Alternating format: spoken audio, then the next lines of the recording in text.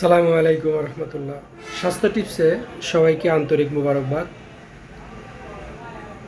Online news পোর্টালে একটা news দেখলাম যে এক রাজধানী ঢাকা শহরে একটি হসপিটালেই হামে আক্রান্ত হয়ে 20 থেকে 22 জন শিশুর মৃত্যু হয়েছে।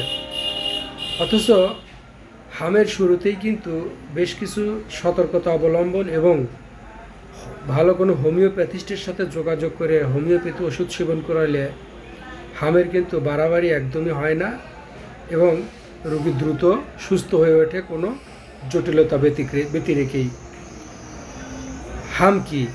হাম হলো এক প্রকারের সংক্রমণ রোগ। এই পীড়া শিশুদের মধ্যে অধিক হয়।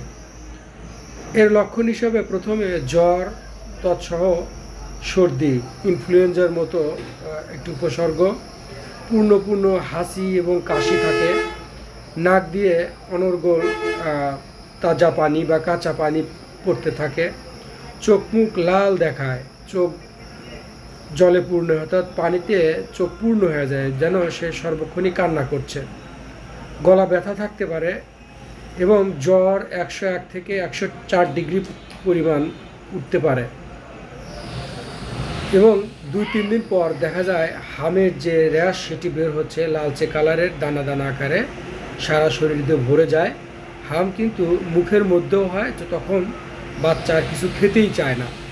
এটা হচ্ছে হামের একটি গুরুত্বপূর্ণ লক্ষণ এবং জটিল লক্ষণ। এখন এই সমস্যাগুলো দেখা দিলে সঙ্গে সঙ্গেই হোমিওপ্যাথির বেশ কিছু মেডিসিন রয়েছে। এগুলো কিন্তু আপনি যদি সেবন করান তাহলে আপনার শিশু দ্রুত আরোগ্যের দিকে পরিচালিত হবে এবং কোনো প্রকার জটিলতা ছাড়াই সুস্থ হয়ে যেতে পারে। এর মধ্যে আমি কয়েকটি ওষুধের নাম বলবো। এই ওষুধগুলো অবশ্যই যে কোনো একটি লক্ষণ দেখে সেবন করাতে হবে। তার মধ্যে একটি আছে অ্যাকোনাইড ন্যাপ।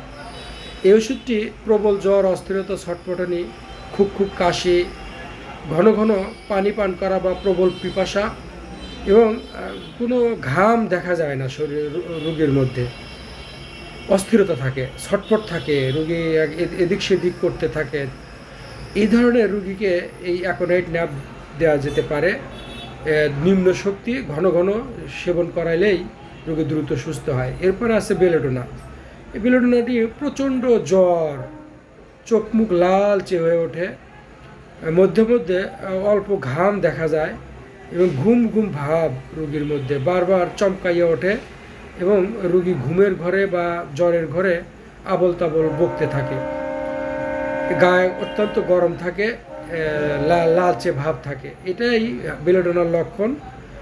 এর নিম্ন শক্তি 2-1 ঘন্টা পর সেবন করাইলে রোগী দ্রুত সুস্থ হয়।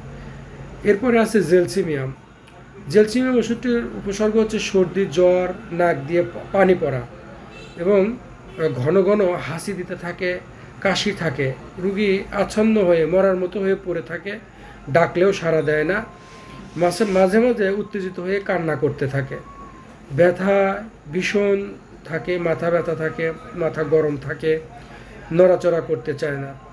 এই ক্ষেত্রে রোগীকে জেলসিমিয়াম ওষুধটি নিম্ন শক্তি অর্থাৎ 3x বা 30 এই ধরনের পোটেন্সি ঘন ঘন সেবন করাইলে রোগী দ্রুত সুস্থ হয়ে যেতে পারে। এরপরে যে ওষুধটির নাম বলবো সেটি হচ্ছে অ্যান্টিমটার্ট। হাম ভালোভাবে বের হয় না এবং ভিতরে কিছু রয়ে যেতে পারে, জ্বর, কাশি, বুকে কফ আটকানো, বুকের মধ্যে ঘর শব্দ, গলায় সাই শব্দ, শ্বাস প্রশ্বাসেও কষ্ট হতে পারে, আসন্নভাবে পড়ে থাকে, মাঝে মাঝে উত্তেজিত হয়। অ্যান্টিমটার্ট এই ক্ষেত্রে একটি প্রসিদ্ধ ওষুধ। এটি 3x বা 6 শক্তি সেবন করাইলে রোগী দ্রুত সুস্থ হয়।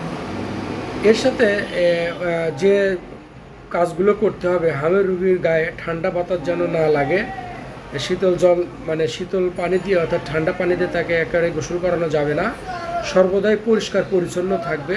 রোগীকে বেশি গরমে রাখা একদম উচিত হবে না, খোলামেলা পরিবেশে হালকা কাপড় গায়ে দিয়ে রোগীকে রাখা দরকার। রোগীর সাবধানে রাখিবে যেন ঠান্ডা না লাগে।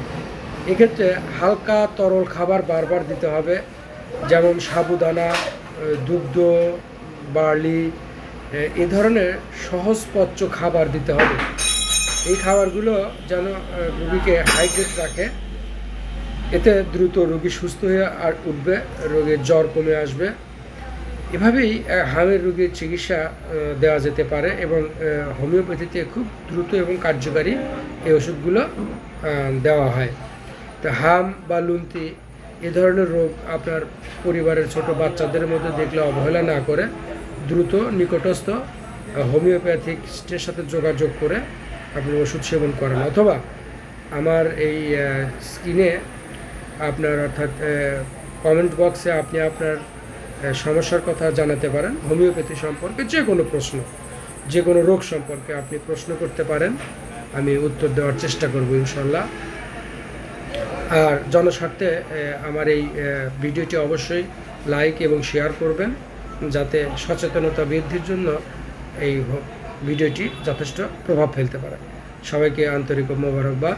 ভালো থাকবেন, সুস্থ থাকবেন। আসসালামু আলাইকুম রহমতুল্লাহ।